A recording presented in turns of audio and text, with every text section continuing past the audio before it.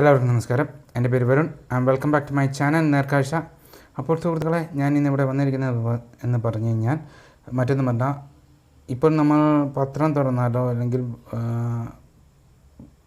TV വെച്ചാലോ അതായത് news വെച്ചാലോ നമുക്ക് ഏറ്റവും കൂടുതൽ കാണാൻ സാധിക്കുന്നതെന്ന് പറഞ്ഞു കഴിഞ്ഞാൽ മൈനറായിട്ടുള്ള ആൺപിള്ളേർ പീഡന കേസിൽ പ്രതിയാക്കപ്പെട്ടു എന്നൊക്കെ പറഞ്ഞാണ്. അപ്പോൾ ഇവിടെയാണ് നമ്മൾ ശ്രദ്ധിക്കേണ്ടത്.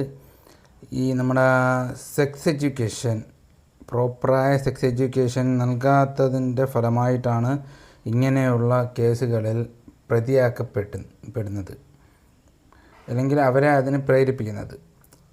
യഥാർത്ഥത്തിൽ ഇവിടെ നമ്മുടെ സമൂഹം അടക്കം തെറ്റുകാരാണ്.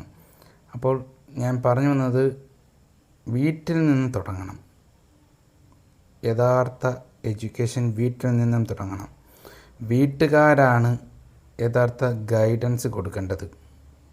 എങ്ങനെയൊക്കെ ഒരു പെൺകുട്ടിയോട് അല്ലെങ്കിൽ പെൺകുട്ടികളോട് അല്ലെങ്കിൽ ഒരു വൃദ്ധയോട് പോലും ഈ കാലഘട്ടത്തിൽ ഇങ്ങനെയൊക്കെ സംഭവിക്കുന്നു എന്ന് ഉള്ള ഒരു കാര്യം നമ്മളെ ഞെട്ടിപ്പിക്കുന്നു. ഓക്കെ, നമ്മളെ ഏവരെയും ഞെട്ടിപ്പിക്കുന്ന ഒരു വസ്തുതയാണ്.